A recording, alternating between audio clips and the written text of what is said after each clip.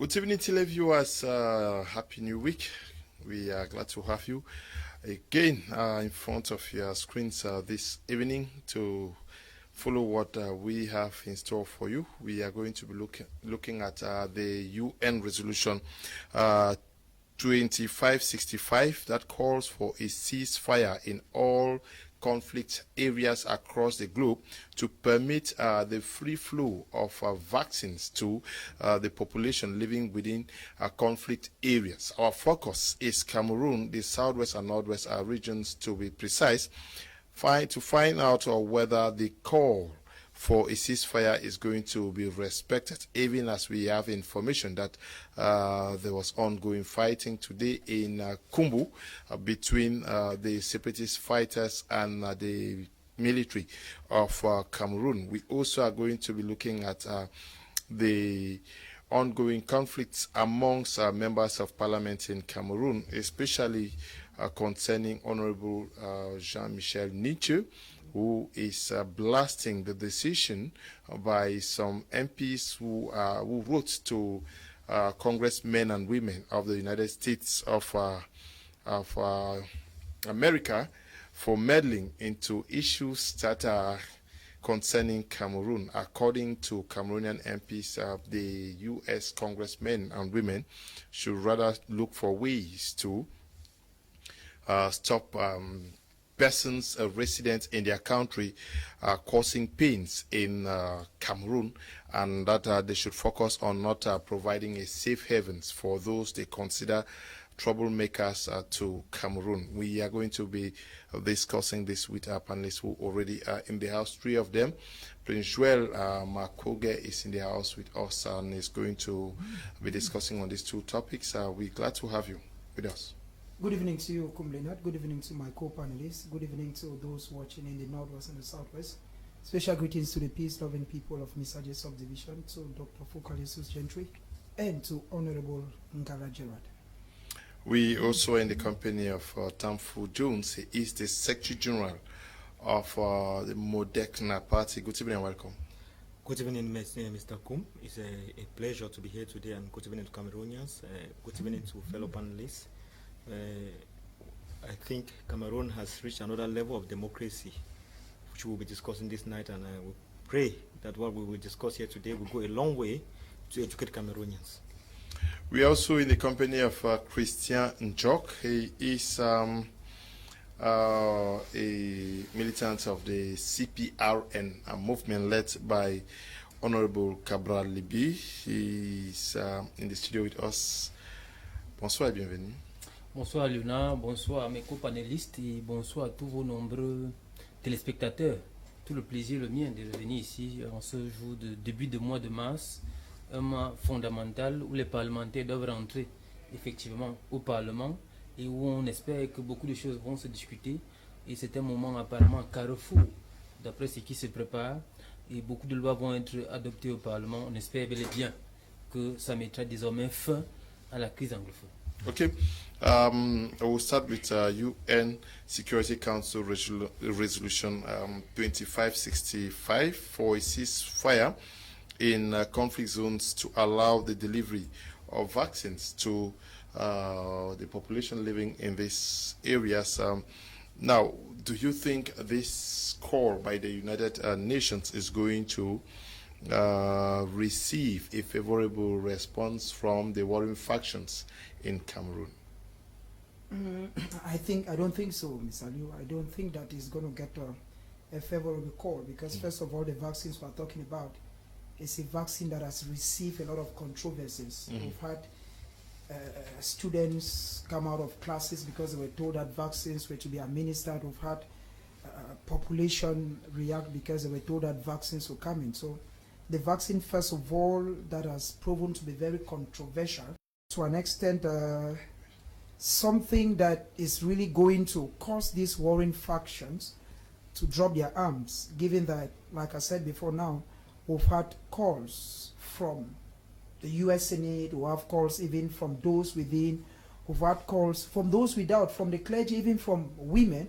We've had women come out and protest and say, okay, we've had enough, you've killed our children, enough women have been raped, we think it's time for you to drop weapons, come out of the bushes, so we can talk frankly and see how to come out of the quagmire. We've also had member of government. We've also had so many things. If you look at since 2016 till now, Ms. Ali, we're almost 5 years into the crisis. Much has been done to ensure that the factions out there drop weapons. That is proving unworkable. So I don't think that it is the vaccine or the call from the U.S. Security Council, like you said, that is going to play a major role. Take note that Cameroonians, many are still very skeptical, especially those in the northwest and southwest region. A majority are very skeptical about the COVID-19. But it is real because every day we see the cases that are coming up every day. So I think that it's not going to be a call that will have record a positive result, because COVID-19 is a list of the problems that the people in the northwest and southwest region have. Okay. Do you think either the separatists or the government are going to down their guns and stop them from smoking because of this UN resolution 2565? Yeah, the question I've been asking myself, why now? No, because of COVID-19. Yes. In Cameroon, people who have died of COVID-19 are not up to 1,000. Am I right? But we have had over 3,000 deaths when it comes to the war in the northwest and the southwest. So you cannot tell us that we should pay more attention, that people should drop their weapons because of COVID-19. Meanwhile, the people have been fighting, hoping and waiting, looking up to you as the UN to come in and see how you will solve the problem. And all you wait for, it is because your interest is at stake that you think that you will come and impose a ceasefire. After all, now it's not the first time the UN is talking about a ceasefire in Cameroon. No, it is not the first, and it might not be the last. Given that the first time they called for a ceasefire and called for the government to see into what they will do to make sure that the crisis comes to an end. The government did nothing.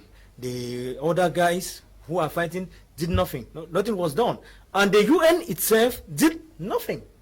It shows that the UN is powerless, because if you have powers, when you give instructions and the person doesn't follow the instructions, there are sanctions that follow.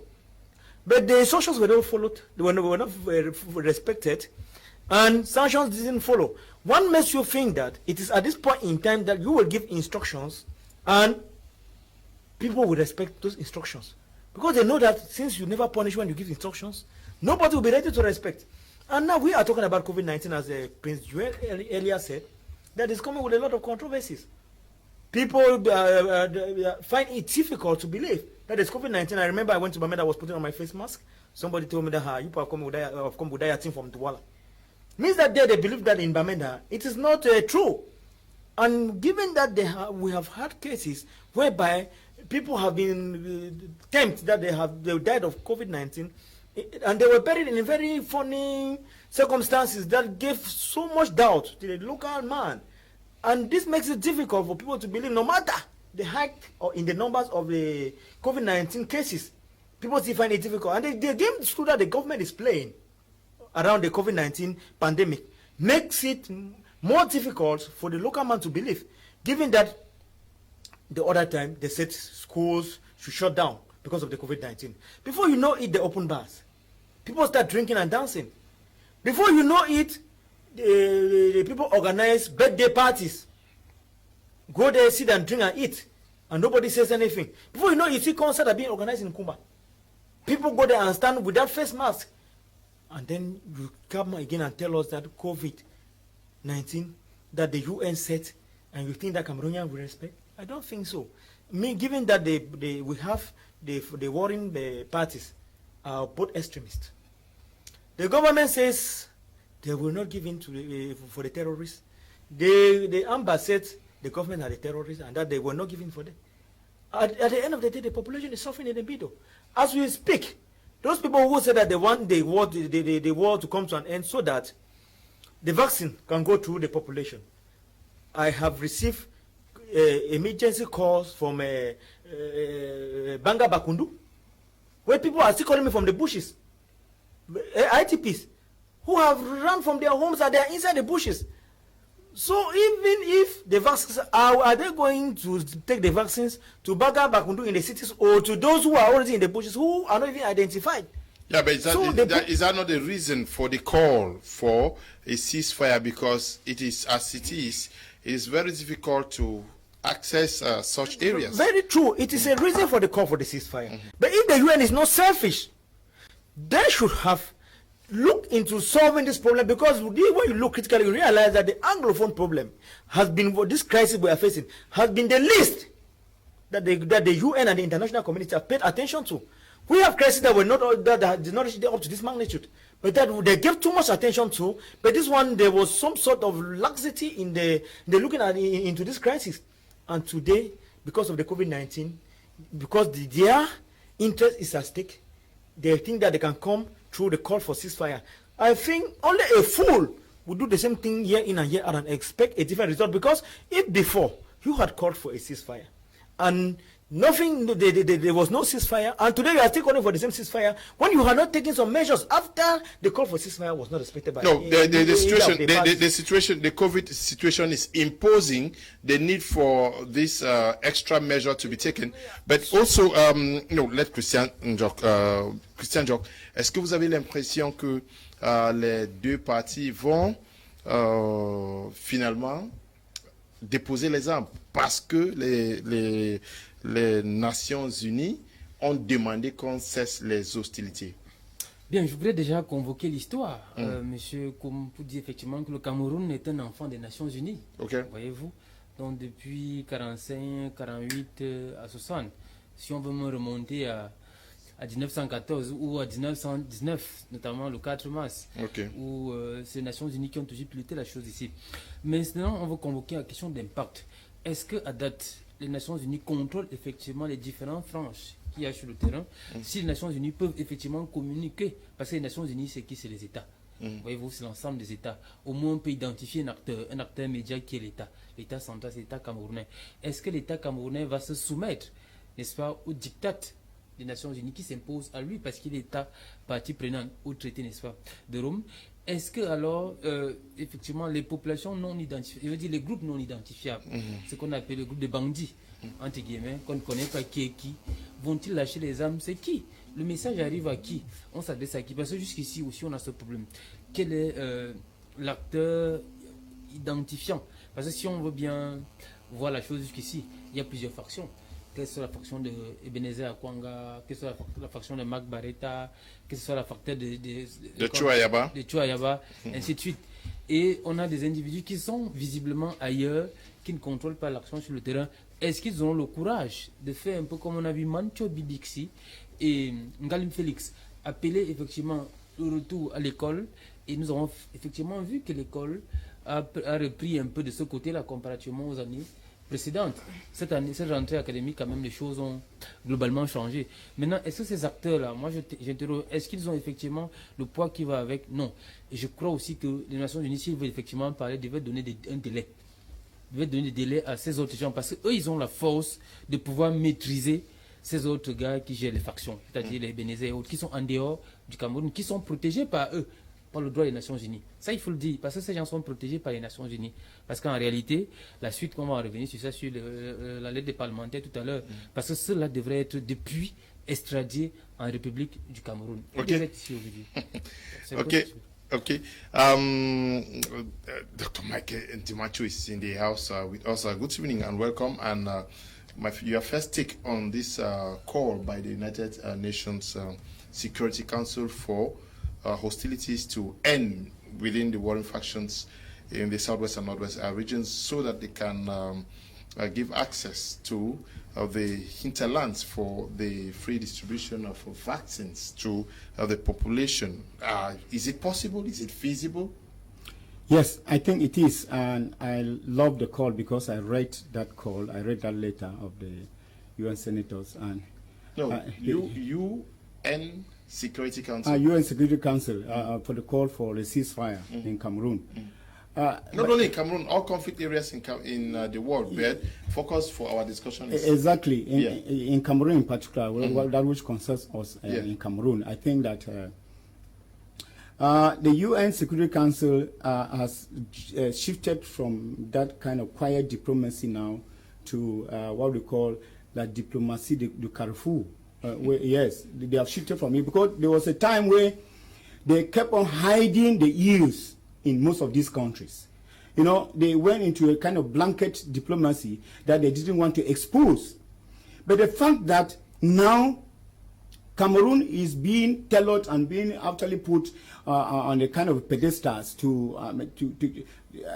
as a victim or to humiliate Cameroon in one way or the other, let me say it that way, is a fact that the Security Council is actually out for something.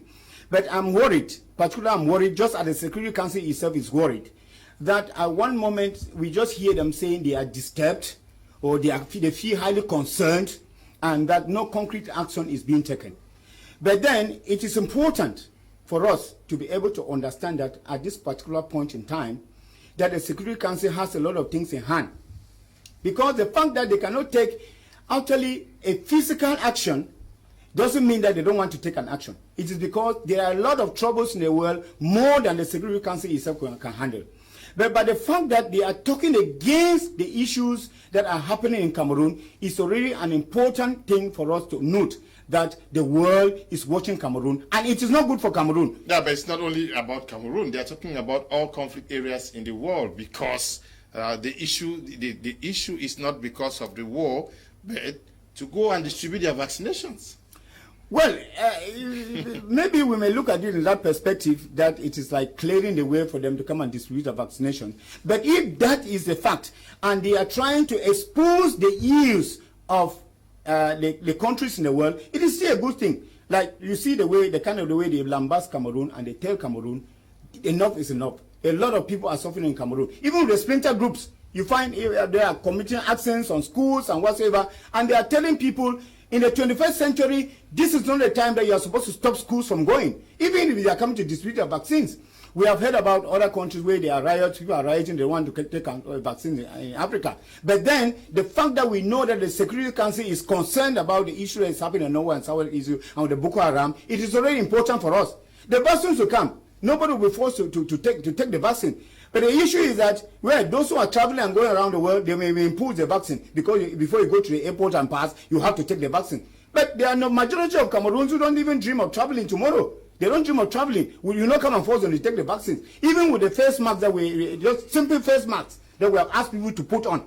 You know that there are a lot of people who are finding it difficult to put the face mask. The government has tried all that they can.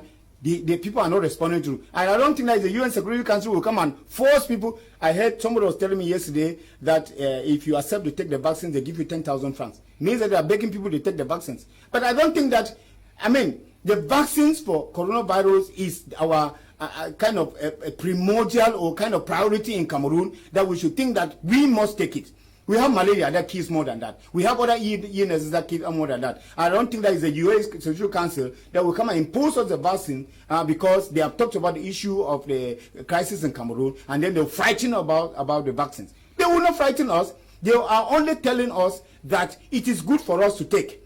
But then, I think that they should look at other countries in Europe that are more in need of this vaccine more than Cameroon. There are countries in Europe, there are countries in the USA, in Europe and America, they are more in need of this vaccine. Why Africa? Why Cameroon in particular? I think that we should be able to ask ourselves questions and educate our people about the issues. Because I think that people need education, and we should know that if it is just malaria, we cannot take on malaria. I think that is not coronavirus that we're going to actually prevent. Okay, good evening to you, Julius Chofo, and to you, Ndip Tambe Ebot, and Gilberto Salo, Favor Desmond, Triple Shalomine, and to you, my brother Ali, watching us from the United States of America. The question many persons are asking is that our lives, he raised that already, lives are being taken every day. As we speak, almost every day people are dying. These lives are less important than the vaccine, or the United Nations is trying to be proactive, because if we do not vaccinate people and save lives, the casualties from the war plus the virus may be alarming. Mr. Liu, it's somehow it's very true that the Security Council is not looking at Cameroon; it's looking at all warring countries.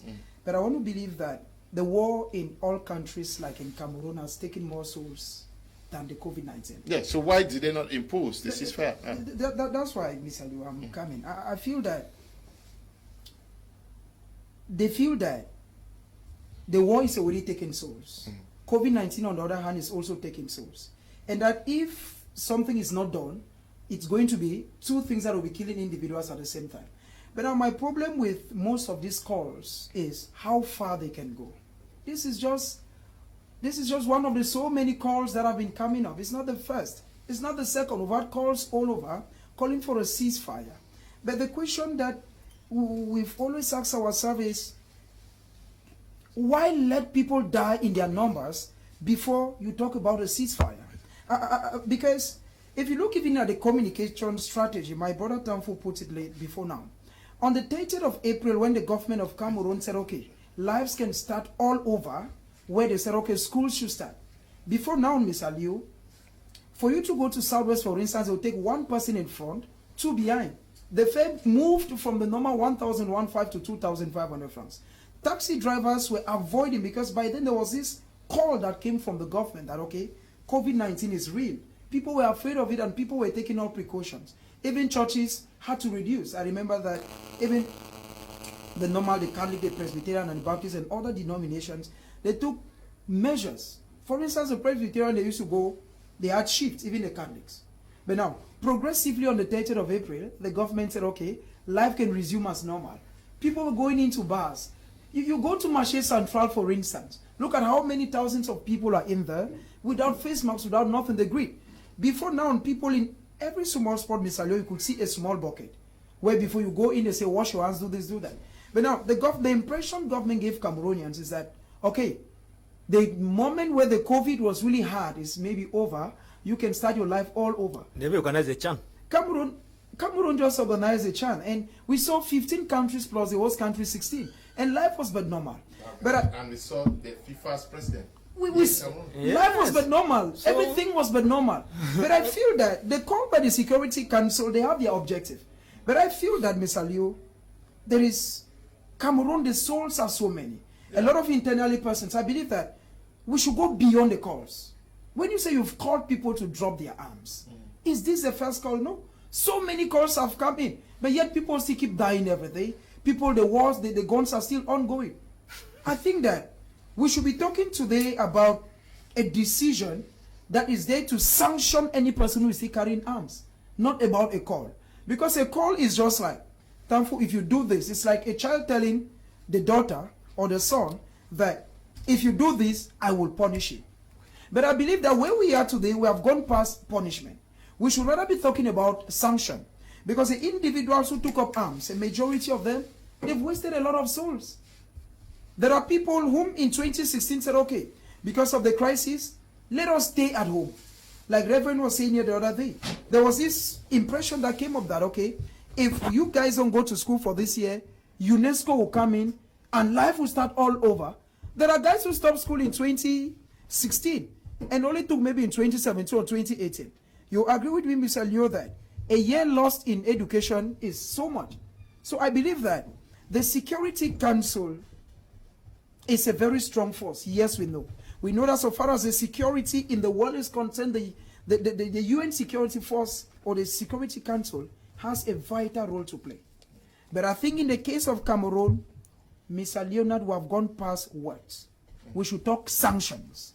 There is a time where I remember there was a communique signed by the Minister of Territorial Administration calling on the local administrators, DOs, SDOs, and governors, where there was something that for you to carry guns, even as hunters, that for you to carry a gun, you needed to take that gun to the nearest police post and identify.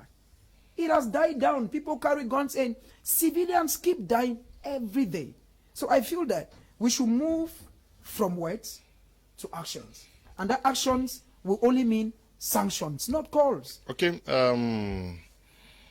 Tamfu Jones, he is raising very peculiar aspects there about the enforceability of this call or resolution for a ceasefire. Does it suffice to say, please, down your guns when you have no capacity, no will, no clear instruments that imposes on those warring factions to drop their weapons?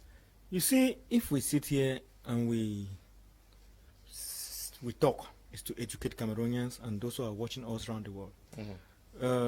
You remember that at the early stage of this crisis, what we're facing in the north and the south in Cameroon, the guys who wanted division were carrying out their activities, their actions, calling on the international community. Because it is so sad, which is still real, it is sad but real, that I went to Bamenda and there were people being killed. So I asked a person living in Bamenda, how do you people feel when people are killed like this? The answer shook me.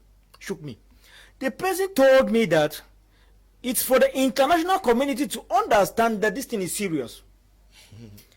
That's the sad reality on ground. But upon all this, the international community played a blind eye on the killings. And today, out of a sudden, Mr. Atanganji, who is the territorial minister, the Minister of Territorial Administration in Cameroon, says people continue dropping their guns and they're being taken to the DDR centers, which means that at a certain degree, we can accept that guns are being dropped by one of the warring parties. So, and that is not in respect or response to the call of the UN or any international body. That is being done maybe through the effort of the government or some unseen forces, but the UN call and the calls of the other members of the international community has never hit any positive reaction from the warring parties. So I will end by still saying that all this is a game of interest. It's a game of interest. It is true that there was in the different parts of the world, but that of Cameroon is not the same, because the one which faces Cameroon is what they're asking is different from what is being asked elsewhere. What is done in the war that is being faced by Cameroon can easily be solved by this international community, but they played a blind eye. And today, because they want their vaccines to go through, this is a vaccine that in the West is being condemned. I saw people manifesting today, I saw videos on social media where people are manifesting that the ingredients of the vaccine are deadly. Are they not in somehow trying to bring this vaccine and use people like their guinea pigs to test in these war zones, given that already people are dying in these war zones? It means that life in these war zones are not important than maybe using the war zones to test the vaccines. Everything will be equal, because people are already dying there. So if people should take the vaccines and die, they may even relate it to the war. So I think that their call for their vaccine to penetrate will not work. It will not work, because none of the parties will accept it, because the voices in the bushes, are they living there with vaccines? No, they don't even have paracetamol. You want to come and give them vaccine for coronavirus when they are on, you have not been able to give them vaccine for coronavirus. Children have not been in school for 4 years. Nobody said anything and backed his or her statement. But unfortunately, today we see people, because of their vaccine. I keep saying that this vaccine and this coronavirus has not taken lives in Cameroon in particular the way the war in the north and south has taken lives. So if somebody is coming with something other than that, thinking that you are coming to save the lives of those in Cameroon, in particular, in those, with that of the north and the southwest, you are fooling yourself. The agenda is more than what they are saying. It's a hidden agenda. They have something else, not that they want to penetrate war-hit zones. Because the people in the bushes, they are not ready for the vaccine. So I think that this is not a good idea, and it is not going to be welcomed by either of the parties, because as we speak, people were fighting today in Kumbo. Yeah, people were, there was serious gunshot in Kumbo, and last week a grandmother was killed in one subdivision, and we have had these cases. The other guy was tortured the other week. These are the people that we will call for a ceasefire, and nothing will happen, because the UN has proven to us that each time they call for whatsoever, for a ceasefire or whatsoever, nothing is being done in consequences. Because if I know that you want me and you will not punish me at the end of the day, then I'll continue to do what I'm doing. After you don't exist. So the UN, I think this is a challenge to the UN. Let's see what will happen, because it is for the parties to respect ceasefire. That is not going to be possible. Okay, that's not going to be possible. Now, Mr. Christian Jock, I don't know why I always have the tendency to want to call you Florent Jock because of one of our colleagues, yes, in Bamenda. Now, do you even have the impression that the population of Cameroon awaits the arrival of these vaccines? Because the United Nations Security Council is so concerned that they want the warring factions to down their guns because of the vaccine. Do they really, the population, are they waiting for this vaccine? Bien, permettez-moi d'abord de dire quelque chose à la suite de ce que a dit tout à l'heure le SG du Meddling. Non, je voudrais effectivement le faire comprendre que on ne peut pas remettre la position du ministre de l'Intérieur, donc le ministre Tangandji, en l'espèce sur une question de sécurité nationale. C'est-à-dire, il en assure la souveraineté de l'État. Et il ne peut pas s'asseoir et tenir ce même discours face aux bandits qui tuent. Et vous-même, vous l'avez dit hier encore, aujourd'hui, on a tué. Et face à ça, il faut la force de l'État. Il faut, oui, les populations. Il faut ramener la primauté de l'État. Et l'État est inaliénable, inattaquable et imprescriptible. Il ne se divisera jamais. Sur ce point, vraiment, il faut qu'on soit d'accord. C'est une question républicaine. C'est une question patriotique. On ne s'amuse pas avec. Et il faut peut-être que je vous rappelle que moi, je fais partie d'une ère, je fais partie d'une ère géographique où nos parents ont bagarré. Nos parents ont donné de leur vie. Nos parents ont été sacrifiés pour l'intégrité du territoire du Cameroun. Donc, on ne peut même pas cautionner un seul moment que le Cameroun puisse se diviser. Il faut arrêter ces discours qui encouragent les gens à venir, n'est-ce pas, nous diviser le Cameroun. Deuxième des choses, je voudrais effectivement dire également que nous sommes là dans la géopolitique mondiale, voyez-vous. Et dans la géopolitique mondiale, il s'agit des intérêts qui commandent effectivement le rapport de force mondiale. Et là, vous ne faites que parler du jeu des Nations Unies. Quel est le jeu des Nations Unies ici? Qu'est-ce qu'ils font? Effectivement, quand ils convoquent la logique du cessez-le-feu, parce qu'en convoquant une deuxième hypothèse, qu'il serait celle en pleine Covid, qui serait évidemment celle de pouvoir traiter les uns les autres, on comprend effectivement que là, le Big Four, marchands qui ont sorti les médicaments, comment dirais-je, les vaccins jusqu'ici, veulent faire passer le vaccin, veulent faire écouler. Ça trouve toute sa position. Maintenant, à nos pays, d'être effectivement forts, parce que là, c'est une autre guerre, Mr. Koum. C'est une guerre intellectuelle, c'est une guerre scientifique. Et il faudrait donc que l'État du Cameroun, les pays africains puissent aller dans ce concert de nations avec la force qui est la leur. Et notre force, c'est l'automédication. Comment dire ça? Pas l'automédication. Les médicaments traditionnels, ce qu'on appelle la médecine traditionnelle chez nous. J'espère que mon ami Prince, qui se prévaut parfois d'être un très grand en l'espèce, nous trouvera des vaccins qui vont permettre effectivement de rééquilibrer. Des remèdes, je voulais dire des remèdes. Non, j'ai dit Prince, des remèdes. Donc, c'est le débat qu'on fait. Prenons le cas de Christian Cardinal Tommy, non pas Tommy, Cléda, ouais, avec le Clé David et les autres.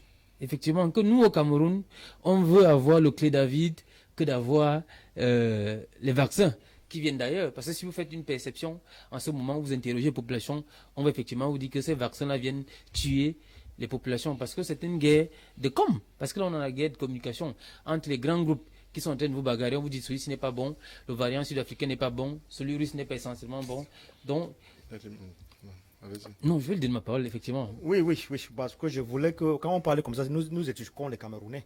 Je crois que vous m'avez mal compris, mon ami de politique de la PCRN, quand je parlais du ministre de l'administration territoriale. C'était que Monsieur Atangandji nous montrer chaque jour comment les efforts sont mis en place pour que les gars déposent les armes. Et à chaque moment, il était même à Bafout. Et les gens déposent les armes.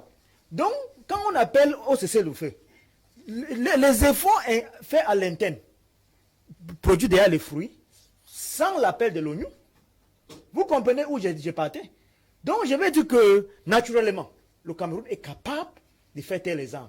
Ce n'est pas l'ONU qui viendra nous dit qu'il faut faire taire les armes parce qu'ils vont faire passer un certain vaccin du Covid-19 dans les villes où les armes volent encore. Donc c'est ce que je vous dis en train de dire. Moi, je suis tout à fait d'accord avec vous sur cette position qui est bien structurée, Et d'ailleurs, ce que j'ai compris par le passé, mais j'ai voulu le marteler pour dire effectivement qu'il faut arrêter de faire croire qu'on mettra la République au même niveau que, n'est-ce pas, des malfaisants. On demande à ce que tous les Camerounais, on ne tue plus les gens. Parce que ceux qui meurent là-bas, il y a les civils, il y a les... It's not a debate between the two of you now. Why not just...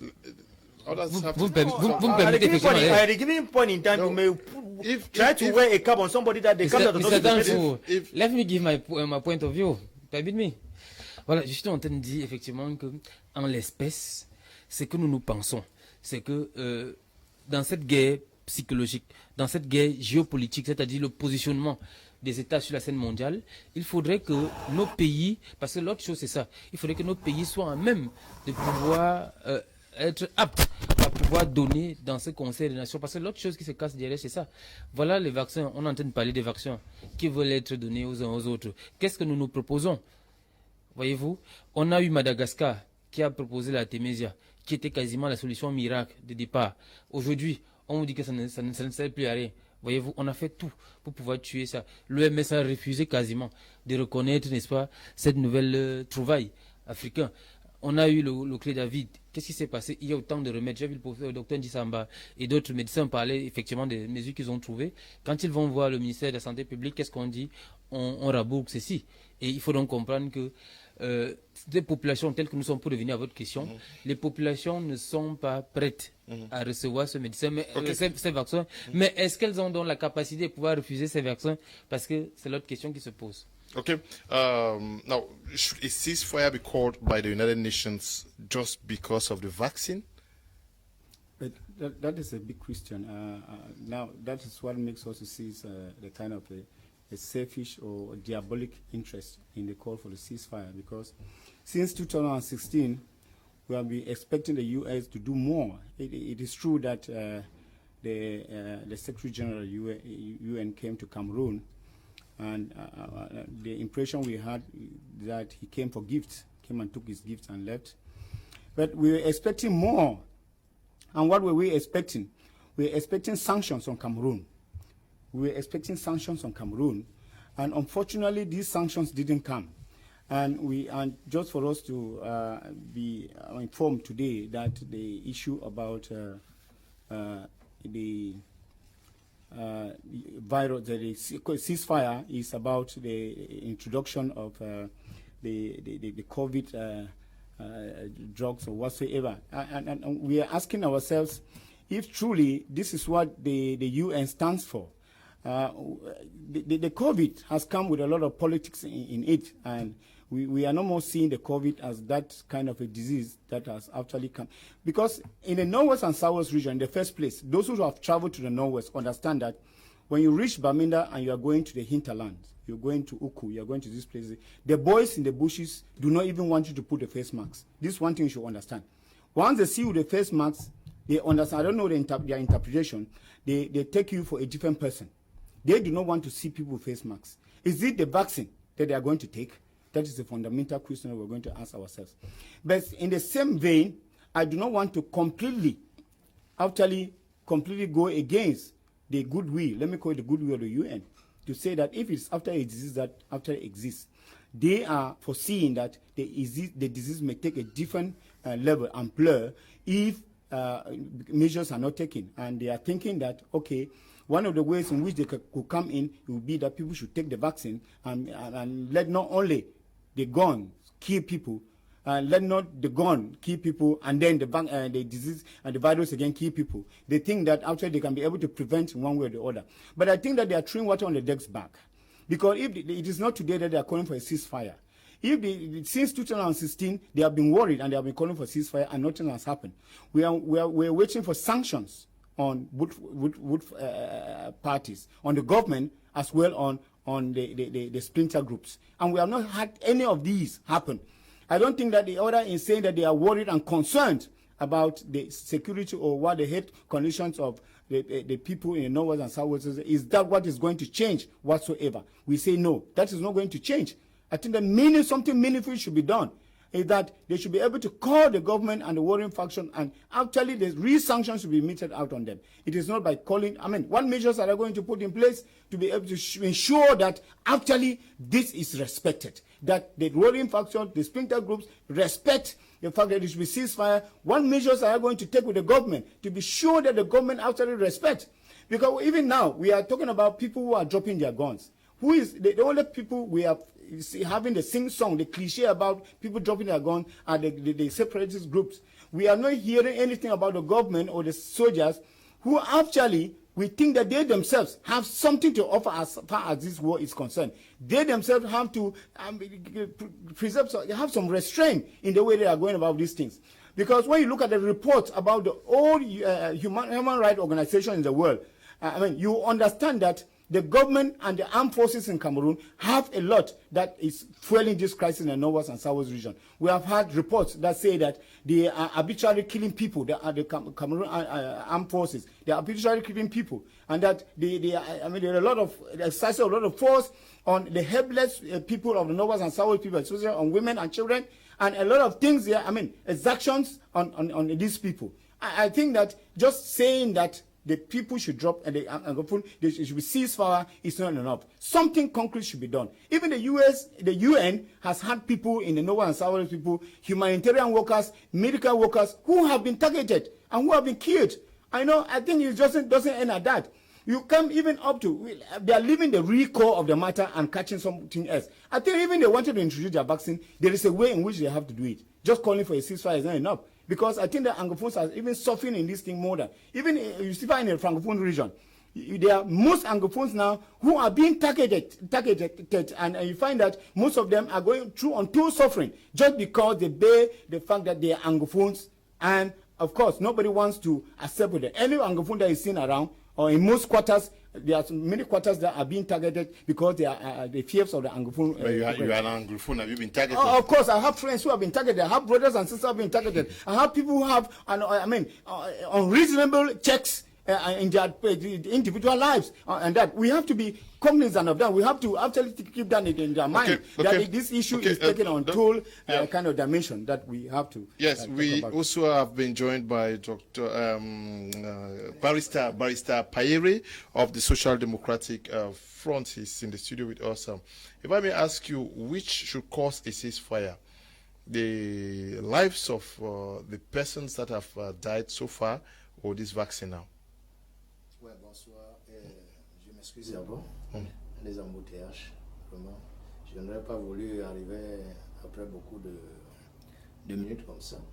Merci, Monsieur Koum. C'est la première fois que je suis sur un plateau de My Media Prime.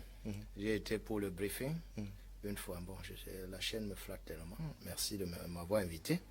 Bon, relativement à ce qui se passe, que ce soit le cessez-le-feu, c'est ça même que beaucoup de Camerounais voudraient que ça arrive par n'importe quelle voie, c'est l'essentiel. Le Cameroun a besoin de la paix. Cette histoire dans le Nozo a tellement duré. Au début, les gens ont voulu dire que c'était quelque chose qui n'existait pas, et on a cru que en un laps de temps, on pouvait faire disparaître cela.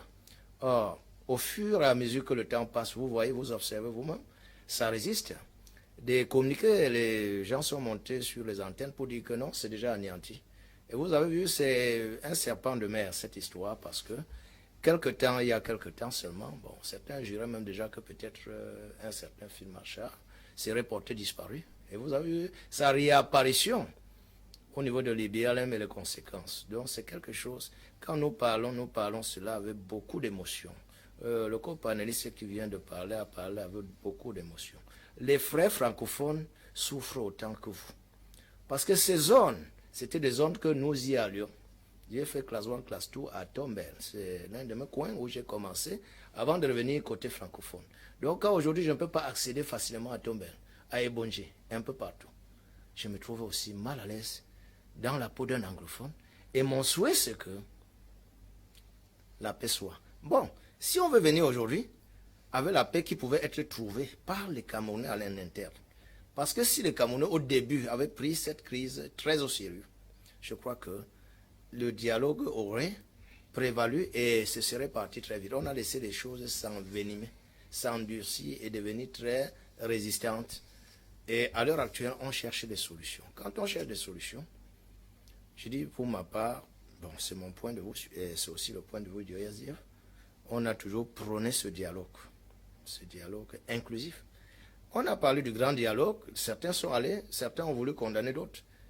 On croyait, parce que par toutes les solutions que nous pouvons trouver, même si c'est un fou qui peut nous proposer aujourd'hui une solution miracle où on dit à nos frères ambazoniens, arrêtez, et ils arrêtent.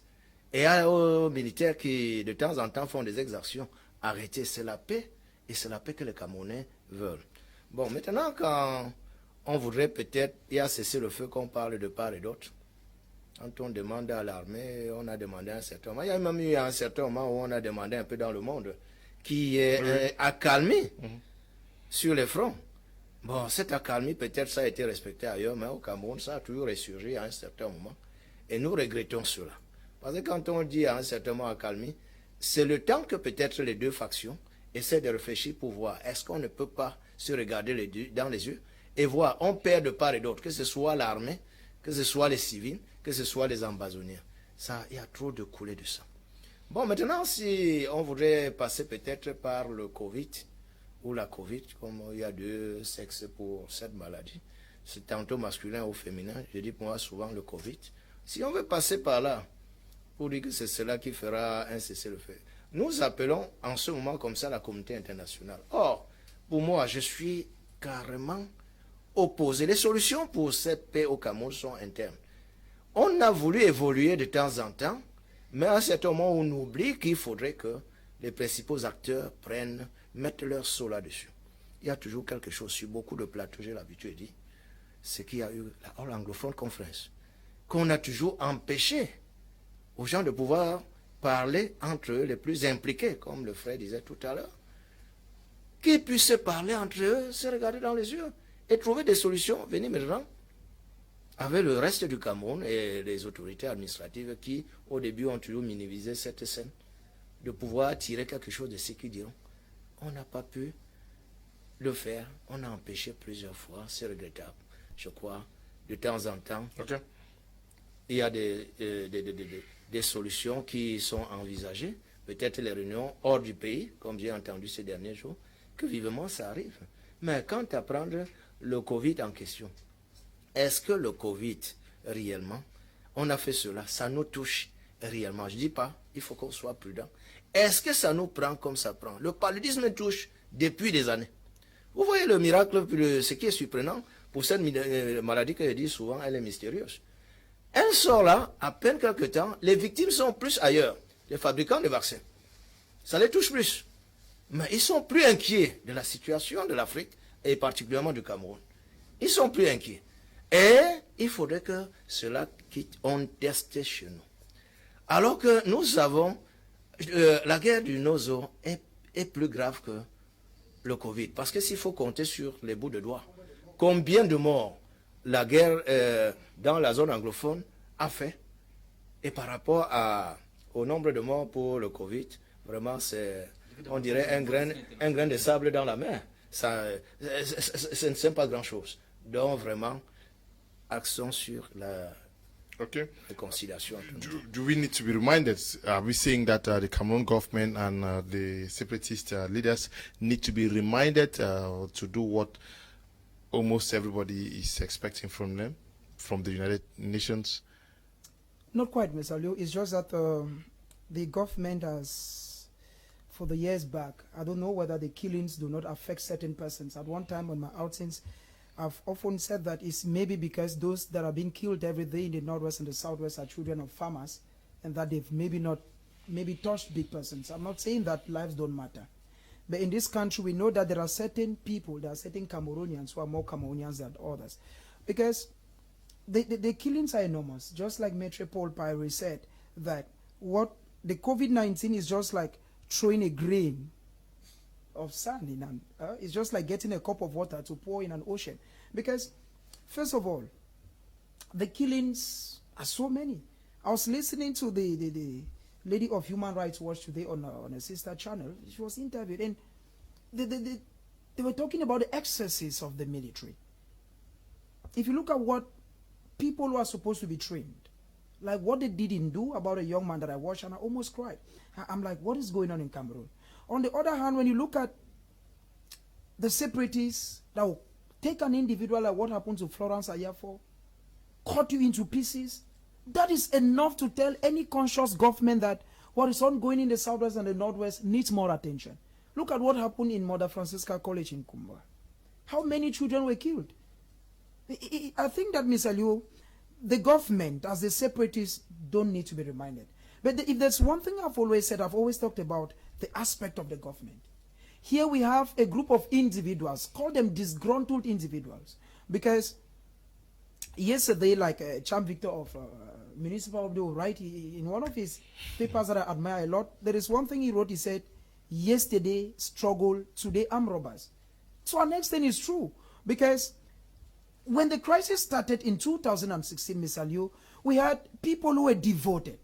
You had individuals who were fighting for a just cause. But progressively, there are some individuals who have joined the so-called separatists who are now terrorizing the communities, who are now thieves. It's very true.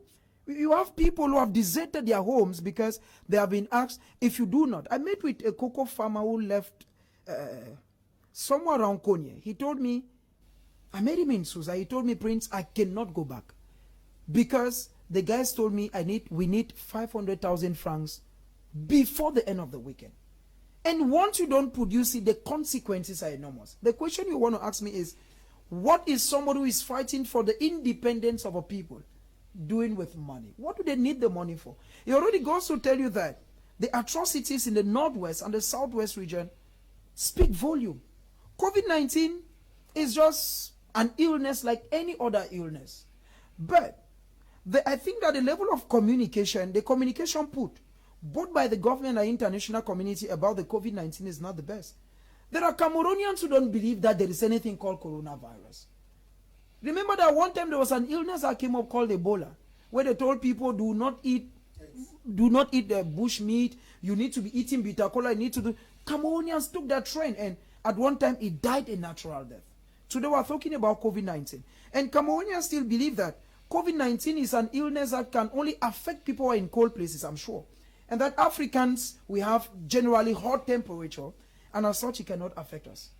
COVID-19 should not be what should be at the level of Cameroon today.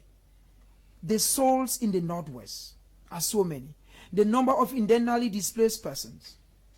Go to churches, you see how many people from the northwest and the southwest sleep in churches. Go to around Dokoti, you see there is one powerhouse, more than 300 children with him.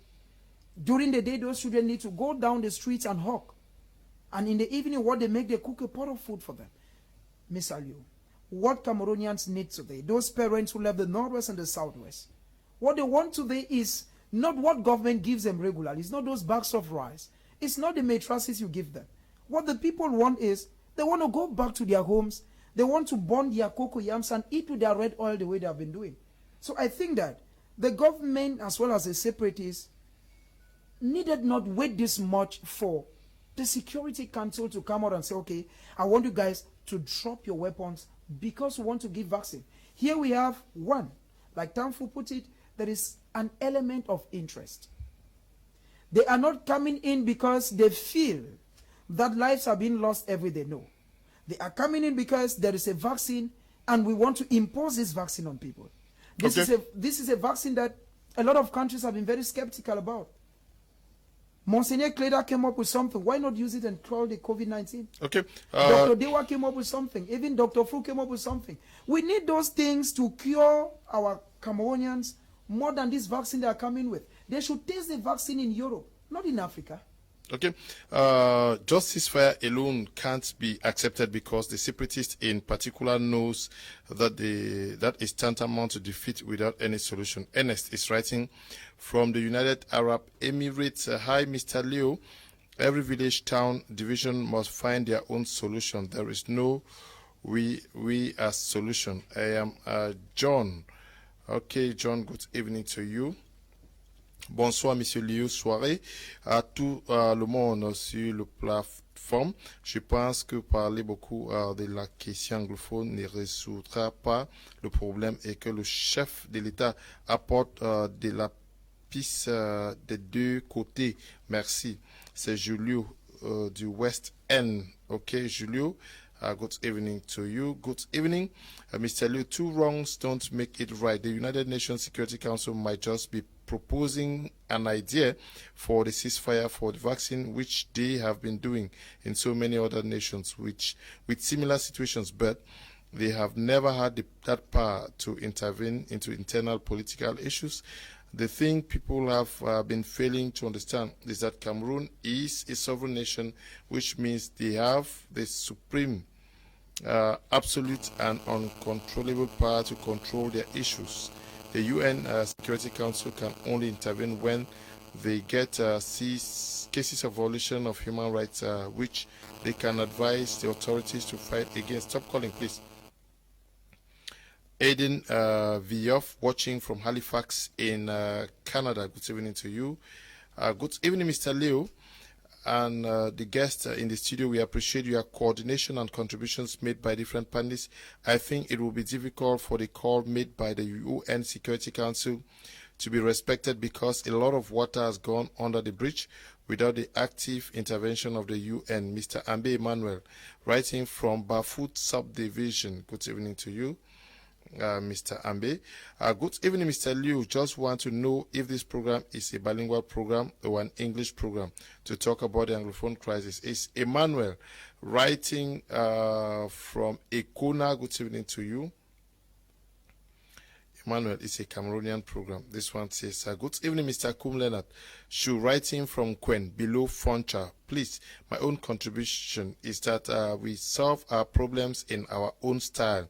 We value money than human life, while in church we pretend to be a true child of God. God is watching. Good evening to you, writing there from Bomenda. Good evening, everybody in the studio. For me, I think Cameroon government is not willing to stop the war, even if there is a ceasefire, is just to satisfy their partners in Europe to taste their COVID vaccine. Didymus, writing from Yaoundé. Good evening to you, Didymus. Good evening, Mr. Leo, and to everyone in the studio. There is no other person resisting the call for peace than the Cameroon government. No other country in the world can negotiate the crisis. That is why leaders are made to take the oath of office to protect and defend the unity and the integrity and the sovereignty of their respective countries. The Cameroon government knows what to do if he so desires to end the war. The crisis has become more of an economic war, mutually beneficial to some of the military at the expense of the lives of young Cameroonians who are being murdered in cold blood every day. Okay, Maxel is writing from the United Arab Emirates. Maxel, good evening to you, please. This one says, good evening, sirs. All the government want to collect money from abroad and swell their pockets in the name of COVID. My name is Zax Zangong. Okay, writing from Douala. I don't know I don't know whether the United Nations is saying we want to give you money. My humble opinion is that if the UN loves Cameroon, they should urgently call for a dialogue in line with ceasefire to end the crisis. Good evening, Mr. Liu, and your co-panelists. Good evening to you. Good evening, Mr. Kum. I'm Iwe Paul from Kumba. I really love your program. When I think about this COVID issue as compared to this Anglophone problem, Mr. Kum, I shed tears. Mr. Kum, I don't think any true Anglophone who is in grown-up zero will encourage these vaccines. Okay. Good evening, Leo and panelists. You are doing great. Let's be careful. When the AIDS pandemic was announced in mid-80s, most Africans south of Sahara said it was a plot to deprive them of their sexual enjoyment. Villages were totally wiped out in Uganda, Kenya, etc. Let's avoid the same mistake with COVID-19. COVID-19 is real. Let individuals hold their opinions and simply pass the media information. God bless you. John Ngeson, writing from Moyuka. Thank you very much for that message. Mr. Liu, the UN is not... The UN are living the real issues in Cameroon, and they are pushing shadows. They know what they are doing. It's all about politics. Blessing is writing from Boya. Okay, I keep the messages flowing the way they are coming. Lots of them. We want to say we appreciate your patronage of this program. Good evening to you, Nkumche. Bruce, good evening to you. Wonjambua, my friend out there, good evening to you. Brian Cyprian, and to you, Mama Taku, and to you all.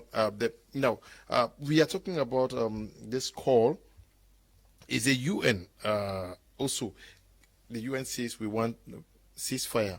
But can the Cameroon government also, like he said earlier on, Mr. Payeri said earlier on, can the Cameroon government and the separatists not use this opportunity and also catch into it, because it's heavy to fund the wars. Many of the military and the Aba boys themselves are tired. Why not use this opportunity to say, oh, can we have a rethink and go for the downing of the guns? Yes, that's the question all of us are asking. But unfortunately, when we have to look experience-wise, we realize that none of the parties will do that. None of them will do that, because if this war is still on up to today, I believe that there are some people who are feeding fat from this war. If not, it should have gone to an end. Because when you look critically, you realize that both parties are tired. Even the soldiers, when you speak to some of them, you realize that they see the war, that the war is useless, but since they work on instructions, they don't have a say on how either it should stop or not. And then the guys in the bushes have not had the opportunity to talk with them. But when you look critically, you realize that they too, if some are dropping their guns, it means that at a given point in time, some are tired of the whole thing. So I believe that if in this world nature, in this their tiredness, yet they are unable to say let the guns go completely silent, I think that this call will not go a long way to bring positive impact to the situation we are facing in the Northwest and the Southwest. And secondly, Leo, we should understand that in the U.S., as we speak, I was talking with a friend who's in the U.S. today, says that, but how come they are calling on countries faced with war to receive the vaccine, meanwhile they in the U.S. have not had the vaccine yet? And those are the countries in which they think it's at its peak.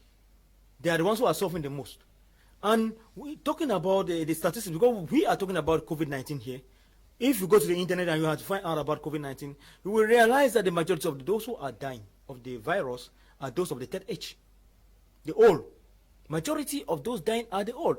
And we have Africa, which has a population that is over 60% youth. And this is where the vaccine is going to be given free of charge. And very fast. Meanwhile, the countries in which the virus is at its peak, nothing is being done there. At this point in time, I think that if the UN is serious, they should see into it that countries that are most affected by this virus are the ones that should be given these vaccines at this point in time. Mm-hmm. Because we had the wife of Bill Gates who came out with a controversial statement that in the nearest future, corpses will be seen littering on the streets of Africa, which we have waited up till now, and we have not seen those corpses. Yeah, but we don't know if the coming of these vaccines will make the corpses to litter.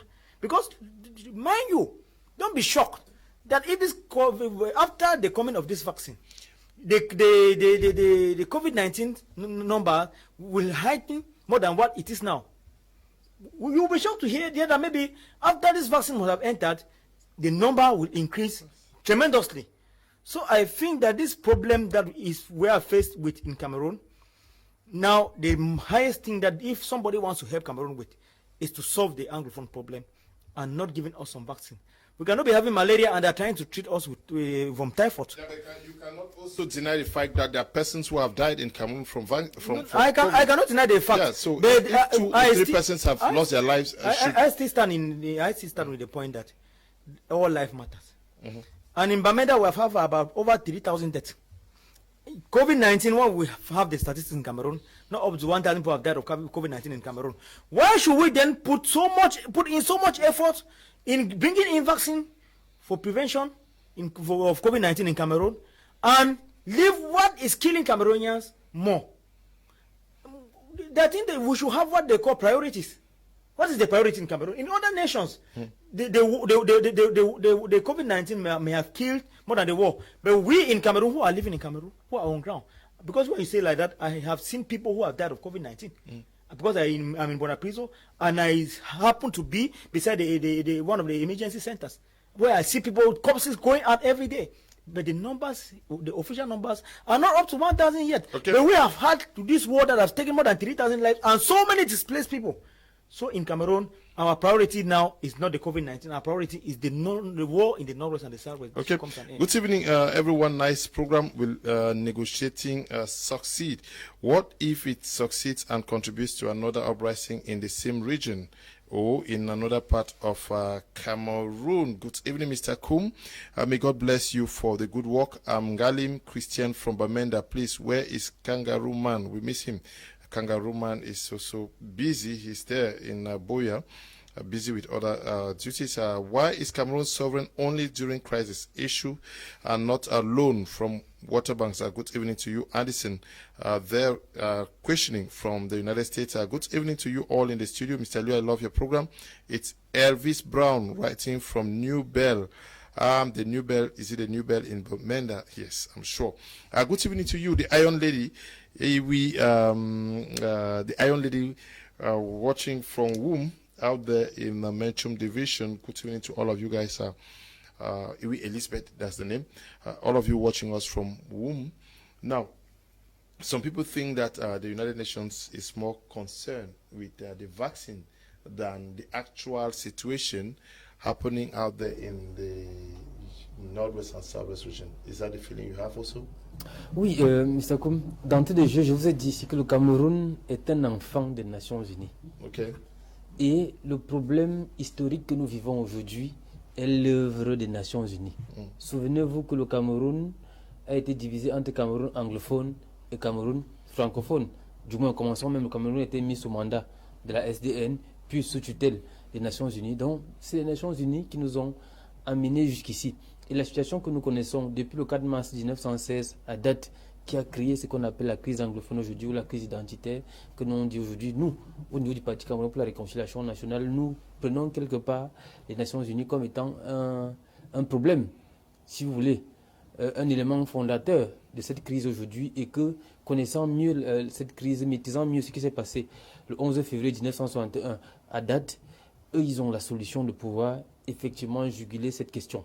On ne comprend pas pourquoi, jusqu'à présent, cette question n'a pas toujours été inscrite à l'ordre du jour des Nations Unies. D'ailleurs, si elle n'a déjà pas été inscrite à l'ordre du jour du Parlement camerounais, ne vous posez pas la question de savoir pourquoi elle n'a pas été inscrite à l'ordre du jour, n'est-ce pas, des Nations Unies. Vous, à partir de là, vous pouvez comprendre qu'il y a des élans, tant endogènes qu'exogènes, qui cohabitent ensemble et qui ne nous disent pas toujours où on va. Parce qu'effectivement, les Nations Unies sont pilotées par des forts et on sait effectivement ce qui se passe à l'intérieur. Parce que là, on est dans une posture de géopolitique mondiale.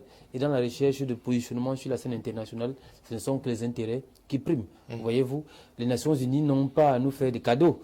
Moi, je suis toujours de ceux qui pensent qu'il faut qu'on sorte de ce paternalisme-là. Effectivement, qu'on ait des solutions endogènes fortes, des institutions fortes, avec une démocratie parlante. Les populations peuvent effectivement s'exprimer à travers ce que nous on a convoqué, appelé la décentralisation locale, qui doit être celle-là, qui doit être efficiente. Et nous sortir de ça. Donc, n'attendez pas les Nations Unies. Vous savez bel et bien, prenons le cas de l'OMS, qui est l'instrument fondamental des Nations Unies en matière de santé publique. Quelle est la position de l'OMS en ce moment? Vous avez vu, par exemple, du temps de Donald Trump, quand il a voulu sortir l'OMS et toutes ces autres institutions, vous voyez comment ça s'est positionné. Aujourd'hui que tout le monde connaît la vision des démocrates, notamment à travers son instrument qui est le NDI. Can you check the volume? I don't know whether it has an issue. Many persons are writing me that they are not getting, the volume went off, especially from Bamenda. Oui, effectivement, à travers son instrument qui est le NDI, ils sont là pour promouvoir d'autres valeurs. Et c'est ces valeurs-là qui s'imposent à nous. Il faut donc que, effectivement, nos dirigeants comprennent. C'est ça ma position ici sur le plateau, Mitakoum. Parce qu'on va toujours faire ce reproche aux Nations Unies, oui, mais quelle est la position qui est la nôtre? Je vous ai pris l'exemple ici, n'est-ce pas, de Madagascar, avec, comment ils ont appelé ça, la Témésia. Quand ils ont découvert la Témésia, qu'est-ce qui s'est passé? L'OMS a refusé de reconnaître la Témésia comme une solution endogène africaine. Vous avez vu le Sénégal, par exemple, qui a essayé de vouloir expérimenter cette Artémisia. Aujourd'hui, le président sénégalais est le premier africain à s'être vacciné. C'est autant de problèmes, c'est autant de paramètres. Nous sommes dans une guerre, nous sommes dans une nouvelle guerre. Et cette guerre, c'est ce que Samuel Huntington appelait la guerre de la civilisation, des cultures. Et qu'est-ce que nous apportons donc, nous, culture africaine, à cette autre guerre, c'est-à-dire cette nouvelle guerre dite de santé, parce que c'est une autre forme de guerre. Qu'est-ce que nous proposons? C'est là où on attendait donc que les gouvernements africains et camerounais puissent effectivement accompagner ces solutions qu'on retrouve par ça et là pour pouvoir lutter contre ça. Donc n'attendez pas que les Nations Unies, qui a priori, moi je vais vous faire cet aveu, gagnent dans la crise anglophone, parce que c'est eux qui abritent ceux qui financent, c'est eux qui abritent ceux qui financent ces guerres, c'est eux qui abritent effectivement ces leaders qui véhiculent ces messages. Si on voulait en achever avec, on aurait déjà extradé Marc Barretta, on aurait extradé Akwanga et Benezet, on aurait extradé tous les autres. On a vu même du temps de, comment on appelait le président fantôme, qui est en prison à Konengue aujourd'hui, Sissiko Ayuktabe. Il était où? Il montait, il descendait aux États-Unis aussi, aux Nations Unies. Voyez-vous, il nous narguait même. Et eux, ils encouragent ça, effectivement. Voyez-vous, en recevant même permettez que j'aille de ces deux pétitions de pouvoir. Pour dire, en une seconde, pour dire, effectivement, pour dire que n'attendons rien des Nations Unies. Eux, ils sont là pour imposer la logique des plus forts. COVID is real, but people are skeptical of the vaccine because the government of Cameroon tells too much lies to its citizens. So no one believes any advice from the regime in place. Uncle Nji is writing from Bamenda. Uncle Nji, you say it's real, so believe in what you believe. Hi, sir. I'm Henry Bisson. I want us to concentrate on the issues of water, which is supposed to be a common good and a key factor for our health and welfare. Okay, thank you very much. Mr. Elvis writing from Santa. The issue of the war in the Northwest and Southwest is we should learn to love each another. The people ruling the country are not good. Only God will see us through. God bless you, Mr. Liu. Thank you. God bless you too. Good evening, Mr. Liu. The volume is off, so viewers can follow up. Gallus is writing from Bomenda. Mr. Leo, this vaccine of a thing may come to cause both parties to drop their weapons, but can cause more crisis than the war itself. Emmanuel is writing from Ekona. Mr. Liu, I live in New York City. The vaccine is available here in America. The problem is people are afraid to take the vaccine. I have taken the vaccine, and the coronavirus is real, my dear brothers. Okay, thank you. That is somebody who has taken the vaccine and is alive. I know persons who have also taken the vaccine out there. Hello, Senior Leo. Blessed evening. Please, the voices are not coming out. It's just mutes. Bongajum Derek Ndisi at New Bell in Bomenda. Certainly, there is an audio problem in Bomenda. Good evening, Mr. Liu and the panelists. The UN Security Council cannot be calling for ceasefire just for the sake of the COVID-19 vaccine. They should be calling for a ceasefire to solve the crisis, because after pushing through with the vaccine, the problems that provoked the war would not have been solved. Albert is writing from Bomenda. Now, Dr. Michael and Dimanchu, are we saying that if the ceasefire is called because of the vaccine, it is to permit that the vaccine is distributed in the troubled areas across the globe? Are we saying that once the vaccines, everybody is vaccinated, people should pick up guns again? Well, if we go by the motive for this, I think that's a very, very fundamental question. But I think that the idea is that if people should stop war for 2 or 3 weeks, it means that maybe they will be able to come back and reflect and see the dangers of war and see what they have gone through. It will be a period of reflection. And I don't think that those who have lived the experiences of war would like to come back to those experiences again. I just think that that is the idea about it.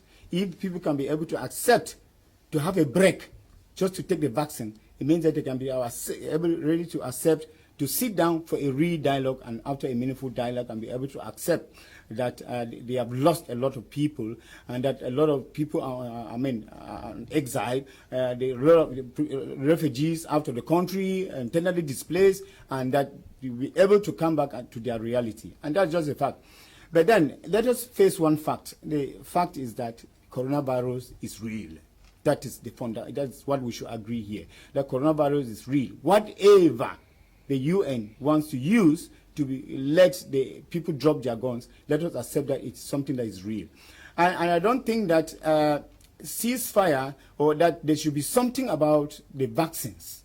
Like people think that there is something to eat that the eye doesn't see. Because if the UN really wanted to bring something that would put down the population of Northern and South region, they can easily do that. I was with a colleague from the University of Bamenda today, and he was boasting to me how the population of Bamenda and the Northwest in general, they are happy because they are receiving a lot of humanitarian aid. Bags of rice, savon, cubes of soap, and then people are just receiving, they are just giving them, they are just giving to the population.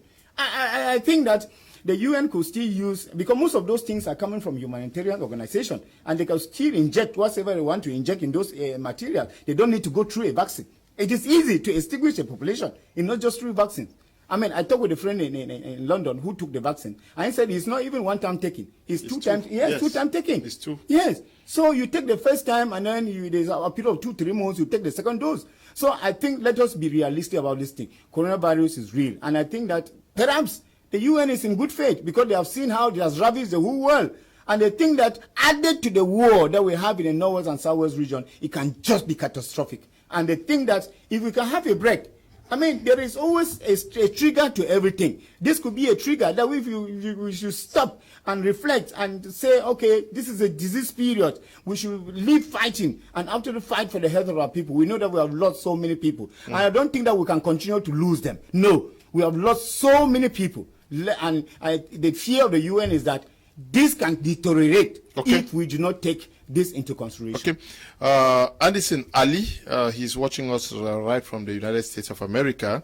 He says, on the question of vaccine, I think the brother is either not updated or he is blatantly exaggerating the vaccine statistics to project an anti-vaccine agenda. The United States of America is hard hit, and more than 150 million persons have had double doses, like you just said. So saying the vaccine is not being administered here is false and very misleading. Okay, good evening to you, Anderson. He says ceasefire resolution could be testing waters to see if the worrying factors can respect the international orders, so we can look at this dimension too. Thank you very much, Anderson. Are we now insinuating that coronavirus is a messiah that has come to quench the war? What if coronavirus is eradicated? Would people go back to bush to continue killing each other? Onkunji, writing from Bamenda, Mr. Liu, please, I want to disagree with the guy saying people in USA are not taking the virus, okay? I'm sure the vaccine. The USA has a population, this is another person writing from Canada. The USA has a population of about 200 million people. The problem right now in the US and Canada is that the company producing the drugs are running out of production. Pfizer, one of the main reasons people here have not taken the drugs because they have to start with first responders being nurses, doctors, law enforcement, then move to the elderly before getting to everyone. So it's not fair to give people wrong information. So let's just focus on the topic. Coronavirus is real, Aiden. Okay, I'm sure the persons watching us from out there are reacting to what we are saying out here. This one says, good evening, sir. It is evident that there is a UN hidden agenda on this vaccine. This war has been going on for long without any serious intervention for them. People have been dying as a result of this war and many displaced. Let them stop the war first. Elvis is writing from Dubai. Mr. Liu, our elites in the north and southwest trace murders, okay, they are very wicked and do not love their people. They are living, okay. Elvis writing from Santa in the Northwest region there. Mr. Liu, the major crises in the Northwest and Southwest are the Amber Boys killing their own people. Let's forget about the international community. For the vaccine, I don't think COVID vaccine is the first to Cameroon. So let's not be too negative. Kids is writing from NICOM, that is in Womb. We are going to take a short break. When we come back, we discuss our second topic for tonight.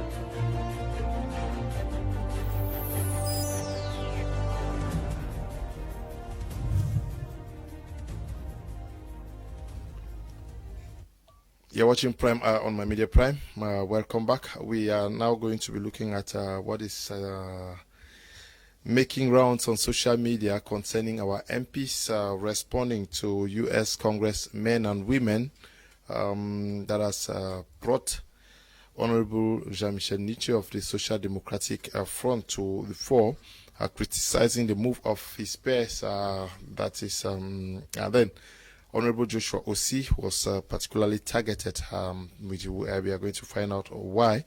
But I want us to start with the representative of the Social Democratic Front on this platform, Barrister Payere. Qu'est-ce qui ne va pas? Est-ce que le député aussi a été mal compris par la population? Oui. Je ne veux pas passer par 4 chemins pour dire oui. C'est un oui que je peux insister 1000 fois. Nous parlions tout à l'heure dans le premier thème de cette sécurité qui nous tient à cœur. On ne doit pas passer par des chemins contournés pour dire qu'on va faire cesser la guerre.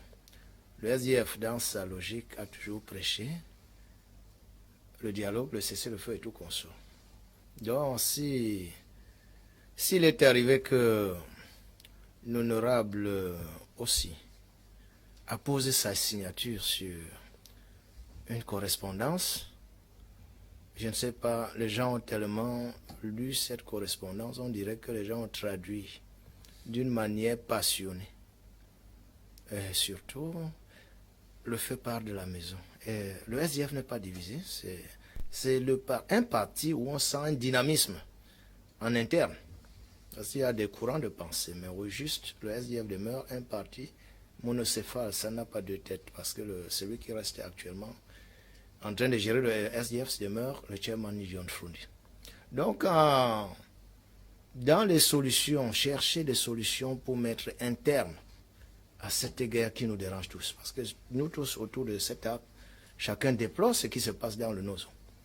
Alors, dès lors qu'une occasion peut se prêter pour que certains députés puissent, 62, écrire pour demander à leurs homologues des États-Unis, si vous pouvez parler au lieu de... Il faut demander, est-ce que vous ne pouvez pas nous aider à déraciner le mal à partir de chevaux? Parce que les grands financiers, ils sont là, ils animent cette guerre, ils couvrent les financiers de cette guerre, ils se baladent, ils ne sont pas à mesure de pouvoir leur dire arrêtez. Mais comme quelqu'un a dit sur le plateau, ça c'est un grand business pour ce qui se passe dans le Nozo. C'est un grand commerce des affaires. C'est l'économie de la guerre. Tellement certains ne souhaitent même pas que ça s'arrête.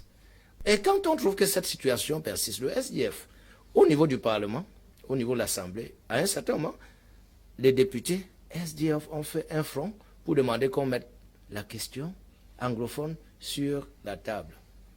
La majorité, étant contre cette minorité, n'a pas suivi. Alors quand l'occasion se prête qu'on puisse écrire pour demander si c'est possible, si vous pouvez nous aider, parce que tout ce qui se pose là comme acte, c'est des actes criminels. À un certain moment, on dit tu poses un acte criminel, tu dois être sanctionné. Est-ce que vous pouvez nous aider à pouvoir extrader ces gens vers ici? Parce que ce qui se passe, les gens ont pris tout pour dire leur communiqué ou leur lettre disait qu'on rapatrie tous les Camerounais qui sont là-bas. Non, faisons très attention, lisons entre les lignes. Ce n'est pas cela. Il y a une certaine catégorie qui anime cette guerre. Pourquoi ne pas les livrer pour qu'ils soient jugés?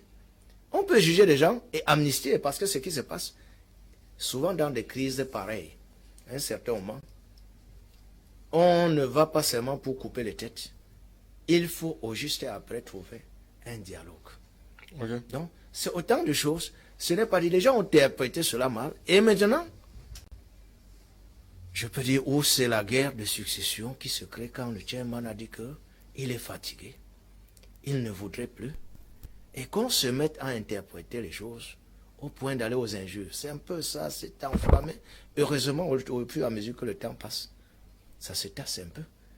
Sinon, le communiqué, c'est que, et ce qui est surprenant d'ailleurs, sur 62 députés, il n'y a qu'un seul individu qu'on doit. Et il n'est pas le seul dans le STF. Pourquoi? Rien que aussi. Il y a un problème. C'est lui qui a porté le flambeau du parti, non, pendant les élections. Il a porté le flambeau du parti. C'est pas tout le monde qui a porté, mais non? Est-ce que la solution, c'est qu'il a voulu sa volonté? Okay. Est-ce que c'est une mauvaise solution de pouvoir dire déracinons le mal à l'extérieur, ne finançons pas, vous parliez tout à l'heure de l'ONU. L'ONU interviendra, l'ONU prendra l'argent sur le Camerounais pour payer tous ceux qui vont éviter de l'extérieur là. Et pendant ce temps, l'ONU sera en train d'exploiter le sol camerounais. Allez en République centrafricaine, vous allez voir ce qui se passe. L'ex-Zaïre et tout consort. Okay, this is Julius Chofo from the UK. Can you please ask the SDF representative if the Grand arrested in Bafoussam a few days ago for kidnappings in the northwest were Amber fighters? Okay, the gang were Amber fighters. Good evening to you, Barrister Andom. Good evening to you, my brother. You say, Mr. Kum, Leonard, I like your program because it is educative. What is paramount now is for the UN Security Council to step in and solve the crisis in southern Cameroon that has taken close to 15,000 souls, okay, unreported and excruciating pains on the people, rather than putting all their energies on the coronavirus. The Cameroon government is intransigent to solve the problem. Say hi to my erudite friend, Prince Joel Mukage. This is Barrister Andom Stanley, writing from Douala. Good evening to you, Barrister. I would have loved you to be here on Thursday, but you say you're going somewhere else. Let's hope that in the days ahead you come. Good evening, Mr. Liu. These honorables are expected to cause the Speaker to discuss this issue in the House of Assembly in Cameroon instead of counteracting the position of the U.S. Congress. No matter what it takes, our wish is that this crisis should come to an end. The suffering, exploitation, and extortion is unbearable. My regards to Dr. Dimancho. Steve is writing from Bamenda. Good evening, Mr. Liu. Leslie, writing from Boston. The vaccine in USA is not the same vaccine that is in Africa. The vaccine from China and India are not the same with the one in the UK and USA. Cameroon government will not bother to get the low-quality vaccine from China to vaccinate innocent Cameroonians. Good evening, Mr. Liu. This virus is real, but in Cameroon, catarrh and cough is said to be COVID-19. Good evening, Mr. Liu. Thanks for your relentless efforts in educating the public. My question goes this, if there was no virus in UN, if there was no virus, the UN would not do anything to stop the war. William is writing from Bamenda. I am Bisong from Douala. Concerning this Anglophone problem, I think peace comes from being able to contribute the best that we have and all that we are towards creating a world that supports everyone. But it is also securing the space for others to contribute the best that they have and all they are. If you want to make peace with your enemy, you have to work with your enemy. Then he becomes your partner. Good evening to you, Bisong, and thank you for contributing. Good evening, Mr. Liu and panelists in the studio. After vaccine, what next? Should people pick up their guns or how? UN are not serious. Auntie Marie writing from Kumba. Good evening to you. Esther watching from Yaoundé, and to you, Esther, also watching from Kumba. Hi, Mr. Liu. Good evening to you guys in the studio. COVID-19 offers us a great opportunity for individual and collective recession. It is time to go back to the drawing board and rewrite the next phase of our existence. The upcoming generation has to read about how we fought this pandemic with or without vaccines in order to overcome similar situations during their times. Clarion Teves, writing from the United Arab Emirates, Abu Dhabi. Now,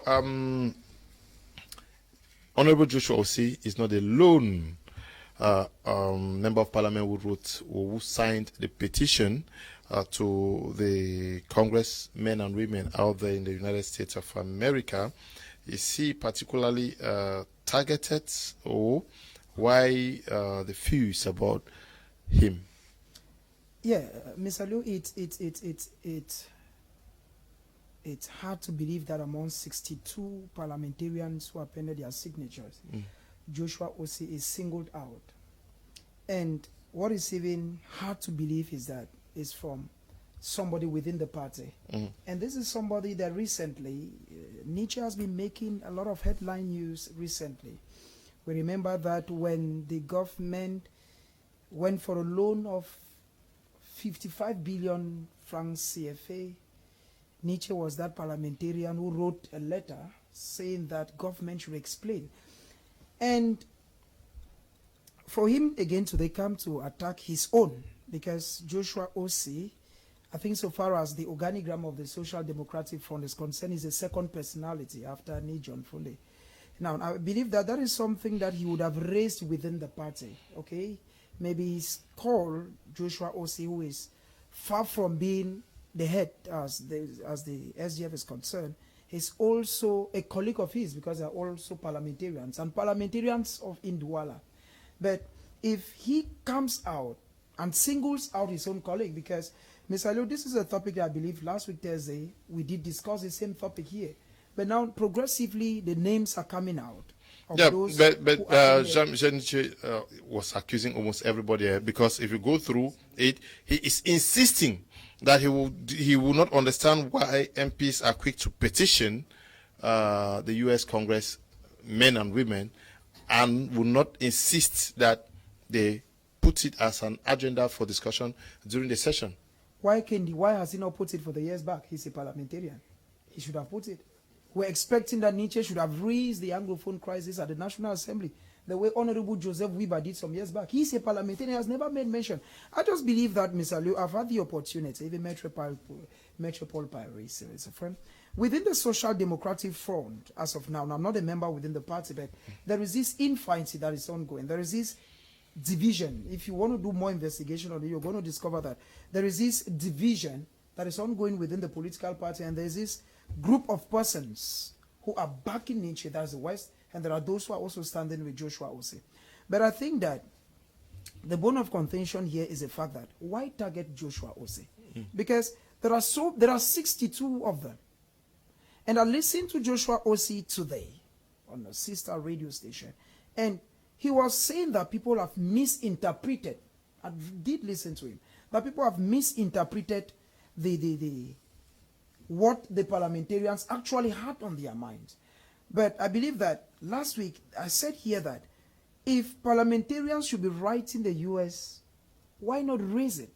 62 parliamentarians out of 180 parliamentarians is a good number to put the Anglophone crisis at the parliament.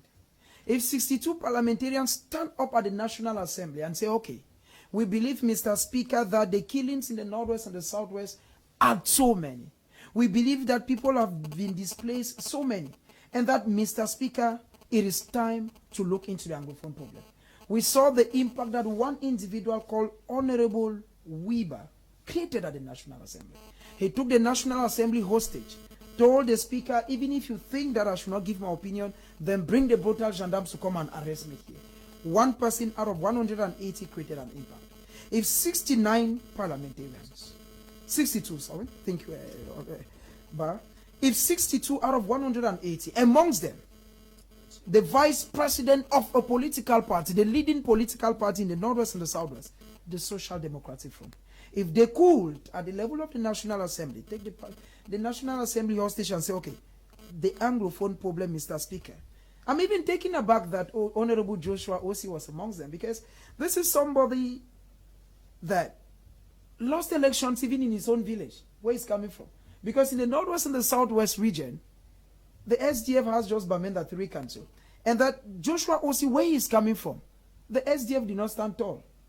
And I want to believe that if he went as a parliamentary candidate in his own area, not in Douala, where he has been parliamentarian for so many years, the SDF lost the East, but normal that he would have lost. But now maybe because he is not part of that area and does not run for elections in that area, what happens there means less to him. So I just believe that, Mr. Liu, the parliamentarians, 62 of them, they have their reasons why they wrote that the UN should stop meddling. But why should they not come up in the National Assembly? The June session kicks off in a few days. No, March. Oh, they didn't March. The March session, thank you. In some few days. And we're expecting that the 62 parliamentarians, amongst them, Joshua Osi, they should bring up the Anglophone problem at the National Assembly. They should be able to tell Kavayege Jibril, Mr. President, people are dying in the Northwest and the Southwest. They should be able to lobby so that their colleagues can see reasons, so much such that the killings in the Northwest should end. We cannot authoritatively here say that schools are effective in the Northwest and the Southwest. It is very true that in certain areas they collect children and put them under an area. I give you the example of Donga Mountain, for instance. All children around Kmer, all are gathered and they study in GBHS Kmer. But before the crisis in 2016, people were going to schools in their different communities. I believe that the Anglophone crisis is, even if it were a child, that child has already been creeping until the child is moving already. 5 years is not 1 month. 5 years is not 5 months. This child is already mature enough. The name of the child is already known. Let this child be tabled at the National Assembly and let the lawmakers really know that something is happening. Instead of going there every day like Honorable Joseph or Weber said some other time, that instead of budget, we should talk about the Tampu Jones, do you understand why Cameroonians are not too comfortable with the lesson giving posture that is taken by Cameroon MPs towards their colleagues in the United States of America, when Cameroonians say that we expect you people to discuss these issues in the National Assembly and not necessarily giving lessons to others who seemingly are more concerned for the people of the Southwest and Northwest regions than you? This incident has just come to expose one of our weaknesses. This just shows clearly that because before we could think that the guys in the National Assembly are ignorant of what is going on. If not ignorance of what is going on, how will you put it together that in a country faced with crisis for 3 years, the National Assembly of that same country says nothing, I'm saying 3, not even 4, says nothing about it. So when this comes, when they start writing to counter what the US congressmen have written, it just shows that the parliament has taken one side, has taken the side of the government against the population. If they were the representatives of the Cameroonian population, I think it is time that the MP of the Ocean Division should say that I have prostitutes in my division who are IDPs from the Northwest and the Southwest, and I have thieves who are from the Northwest and the Southwest who are bringing terror and disorder in my division because of this war. I have people who are unable to eat in my division because of this war, because I can bet with you that there's no division in this country that has an IDP. No. They are everywhere. And the suffering is too much. Which means that all these MP, either directly or indirectly, know the suffering of this population. But because all they're interested in is defending budget, they go there, sit and defend the budget. And whoa, we tell you, if you should bite the finger that fits you, the budgets come from where? Who? The government. So if you should say something that maybe the government would not be for, maybe the budget may witness a glissement, and their pocket will be empty. If not, how will you tell me that people who go to represent their population are unable to tell the man who should carry that basket of what they discussed there to the next person, to tell the person that look at what these people are asking for? Are unable to tell the man of the National Assembly or discuss among them, their peers, that we of Banso of Kumbo, we are suffering. We of Kambe, we are suffering. People are dying. People are in the bushes. Then who do you go there for? If the parliament is unable to discuss things that concern Cameroonians, I think should be dissolved. Let there be no parliament.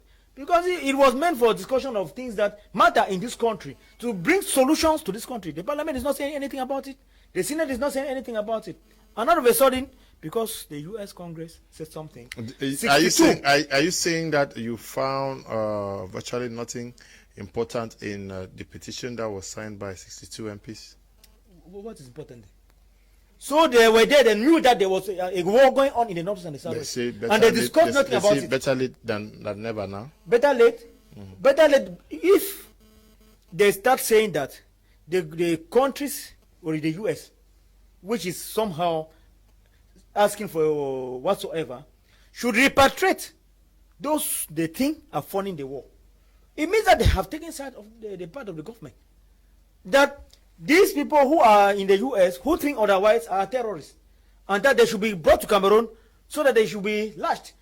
We see no sign of forgiveness or amnesty when they come here. Because it is true that we have the DDR centers that have been constructed by the government. It is true that there are people there who are said to have dropped their guns, their weapons. But the question that I keep asking myself is that if it is true that those are the DDRs, those who have dropped their guns, why is it that we still have people who are in prison up to date, who are involved with this same issue of this Anglophone crisis, who are all either were arrested because they marched or because they did not have ID cards and they are yet in prison today, and those who had guns and shot and military are pampered in DDR centers. Okay. So I think that the MPs are just demonstrating to us that they are not for the people but for the government. Ok, Christian Jock, je ne sais pas si vous suivez ce qui se passe. Est-ce que vous comprenez la posture qui est prise par les députés camerounais vis-à-vis les collègues des États-Unis? Effectivement, je voudrais avoir une autre lecture, autre que celle de Prince et Jones ici sur le plateau, pour leur dire effectivement que moi j'ai vu à travers ces un tiers des députés qui se sont réunis, n'est-ce pas, une action de lobbying parlementaire, voyez-vous, parce qu'on a l'impression que le Parlement camerounais, lui, l'est bloqué. Il ne répond qu'à l'aune, n'est-ce pas, du président de la République. Peut-être à travers, n'est-ce pas, cette solidarité parlementaire qui pourrait impacter à travers le lobbying international, pourrait, n'est-ce pas, avoir un effet, si tant est que les Nations Unies ou le Parlement américain ont, n'est-ce pas, un impact. Cela permettrait naturellement à solutionner. Donc on ne doit pas tout de go rejeter effectivement ce qui a été fait, même si la posture de l'honorable Jean-Michel Nichi, on la comprend effectivement. On est dans, première des choses, on est dans des guerres de succession au sein du SDF. C'est connu de tout le monde qu'il y a une bagarre entre l'honorable Joshua aussi et Jean-Michel Nichi. Tout le monde connaît effectivement que Jean-Michel Nichi est la voix d'un parti extrémiste au sein de ce Parlement. Tout le monde connaît effectivement que Nichi est en coaction avec ces gars de la basse et autres qui sont à l'extérieur, notamment son petit frère qui est un des porte-voix de la basse, le général Brice Nichi. Donc ne soyons pas surpris, on l'a vu se filmer dernièrement avec des gens qui demandent à couper les têtes au Cameroun. Donc il faut comprendre la logique dans laquelle il s'inscrit. Donc peut-être... Est-ce que les membres du PCRN ont aussi signé? Non, permettez. Maintenant j'en viens.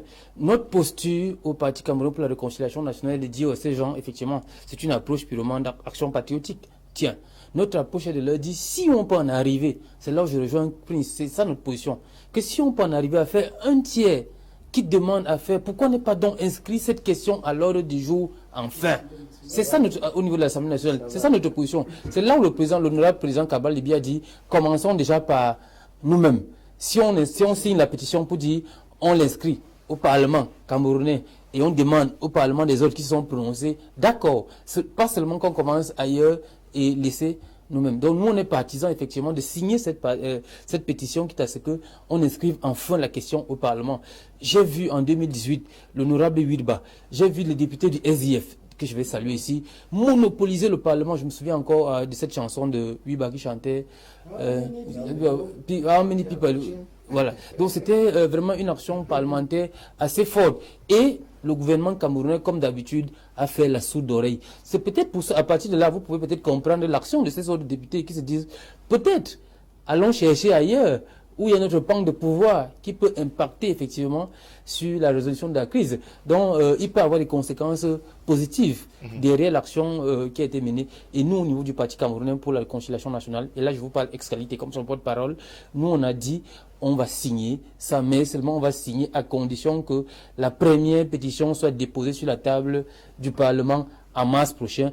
Et l'honorable président Kabalibi va porter la question en mars dans quelques jours. Ça commence le 12. Vous allez voir ce qui va effectivement se passer. Donc, nous, on a compris pourquoi on veut tirer sur l'honorable Jean aussi. Donc, il faut que l'honorable Nietzsche comprenne effectivement que quand on est dans une équipe, il faut arrêter la sorcellerie. Vraiment, à chaque fois, le fait toujours. C'est la démocratie. Permettez qu'on y va. Ça n'a rien à voir avec la démocratie. Il y a des questions transpartisanes. Il y a des questions sur lesquelles on ne se blague pas. Surtout des questions qui touchent l'intégrité, la souveraineté du territoire. Donc vraiment, à un moment donné, on ne s'amuse pas avec. Non. Il y a aussi les disputes chez vous. Hein.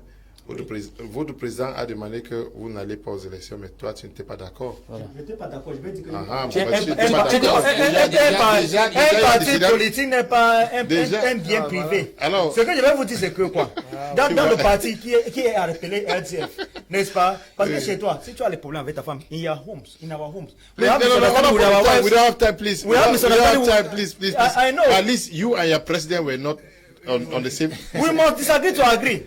So the SDF, they will disagree to agree. That's what I said, is democracy. Okay, Doctor, now he is raising an issue that this is the time for MPs to start mobilizing to make sure that this issue of the Anglophone crisis is also included in the agenda for the March session. Should we see intensive lobbying taking place across party lines now?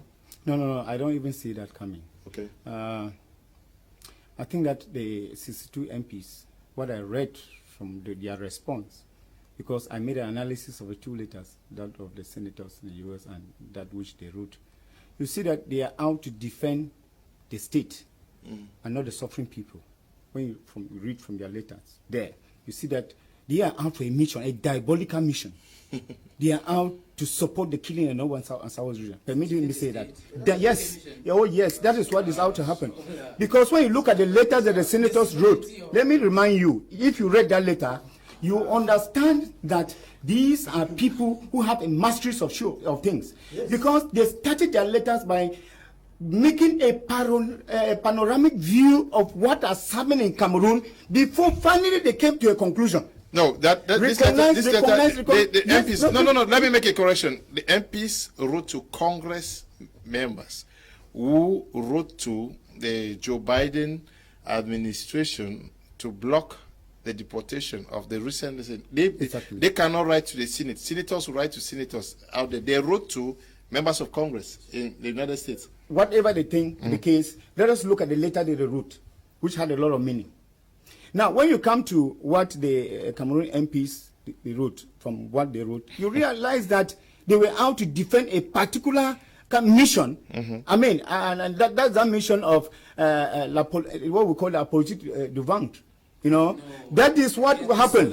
Now listen, we talked about 2017, 2018, when these very parliamentarians were in session in Yaoundé. Yes. We look at people like Joshua Osi, who was one of those people who were holding the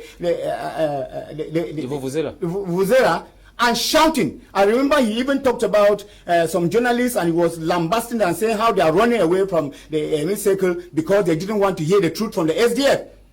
I mean, and it is a very person today who will side up with those people who have refused vehemently to recognize that there is an issue about the suffering masses in the northwest and southwest region. I think this is hypocrisy. Those people of us who want to support Joshua IC is because we do not know him.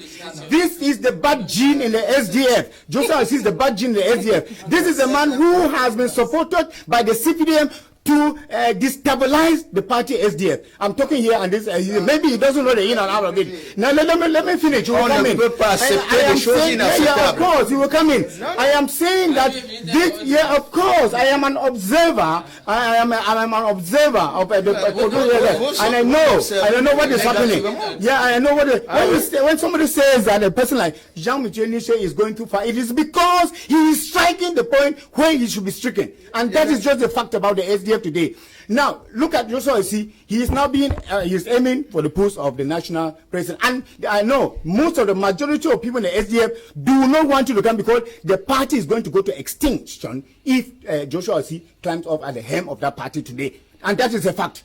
Now, these are, let me tell you, these are parliamentarians who have refused to accept that they are IDPs in Cameroon, who have refused to accept that they are refugees, Cameroon refugees who are in Nigeria, who have refused to accept that there are about thousands of people who have died in the Anglophone crisis, and in their letter, all they are saying is that Cameroonians, they are at peace and that nobody should interfere with the affairs of Cameroon. Yeah, it is true. Nobody should interfere.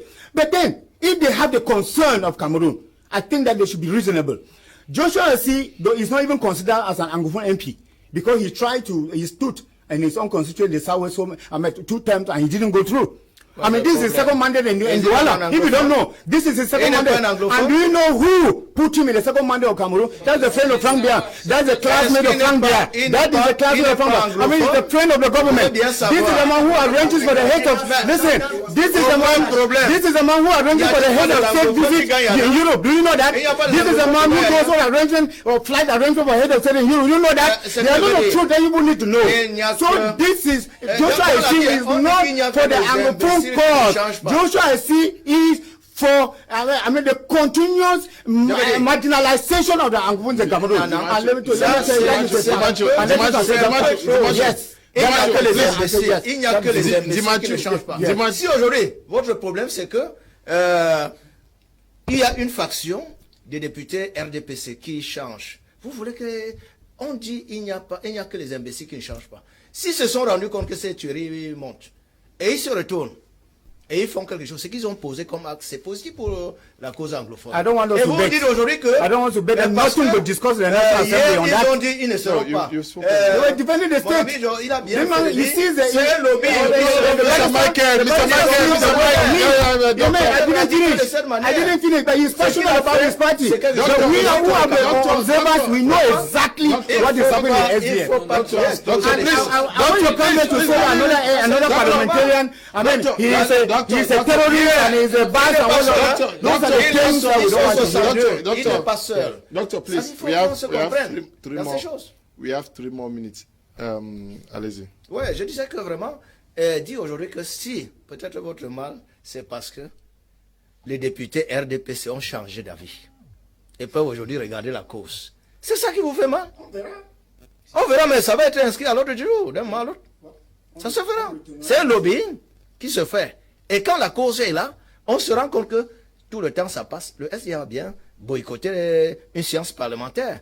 Mais si aujourd'hui, il y a des gens du RDPC qui sont prêts à pouvoir dire que regardons un peu la cause, c'est un bon début. Applaudissons cela et on évolue. Okay, we hope that we are going to be receiving Honorable Joshua C. On My Media Prime. We hope he accepts to come so that we can ask him, let him talk for himself. We should not talk for him. Good evening to all of you in the studio. The Cameroon MPs are just there to criticize the U.S. Congress. They are not there to represent the Cameroon people. Johnson is writing from Limbe. Stop calling. Good evening. I like your words. Emil is writing from Kumbu. This one says, maybe Honorable Joshua Osei did not read the document. He just signed it. Okay. Okay. Good day, Mr. Liu. I'm from Kumba. My name is Tambe. Good evening to you, Tambe. This one says the audio is not the best. Chika writing from Bamenda says thanks for the audio rectification. Okay, Chika, we're glad I came back. Madam Ewi Elizabeth writing from home says when people lost confidence in its leadership, nothing else can change the mindset. The adage that the shoulder can't go above the head therefore should take its responsibility. If those people don't have and know how to respect rules and regulations as well as implementation of the matters, then you cease to exist. Please, sir, have an interview with K. Iron Lady, good evening to you. Mr. Kum, point of correction, you can't say that Cameroon MP are co-list to American MPs. We have MPs without any vote of confidence. Yes, but they are MPs. Good evening. Does the MP need to tell the speaker? Is he not aware? Please, only God will judge us. Conan is Israel, writing from Du.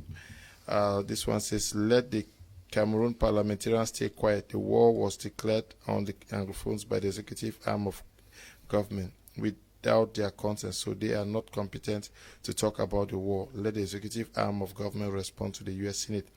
Pa John is writing from Limbe. Hello, please, Prime Media. This is Tete Bernard.